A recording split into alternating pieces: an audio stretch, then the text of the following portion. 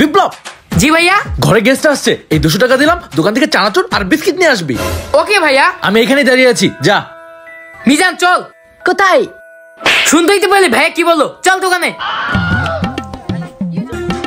টাকাটা পকেটে রেখে দি। আরে ওই দেখ ক্রিকেট খেলতেছে, চল আমরাও গিয়ে ক্রিকেট খেলি। আমরাও খেলবো।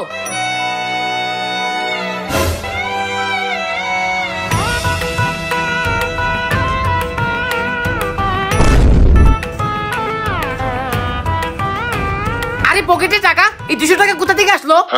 আরে তুই 200 টাকা কোথায় পেলি? দেখ না আমার পকেটে পড়েছিল। ভাইয়া বিপ্লব তার পকেটে 200 টাকা পাইছে। 200 টাকা দে, পার্টি দে। পার্টি হবে আজকে, পার্টি হবে। আচ্ছা ঠিক আছে, আমি দোকান থেকে কিছু কিনে আনতাছি।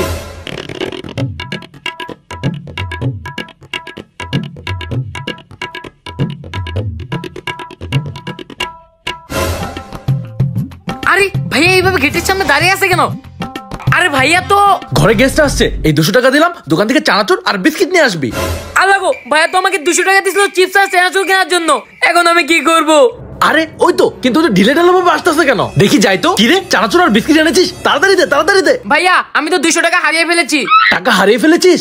তাহলে এই চিপস কোথা থেকে পেলি? আমার কাছে মিথ্যা বলা, তাই না? টাকা দে কইতাছি এক্ষুনি।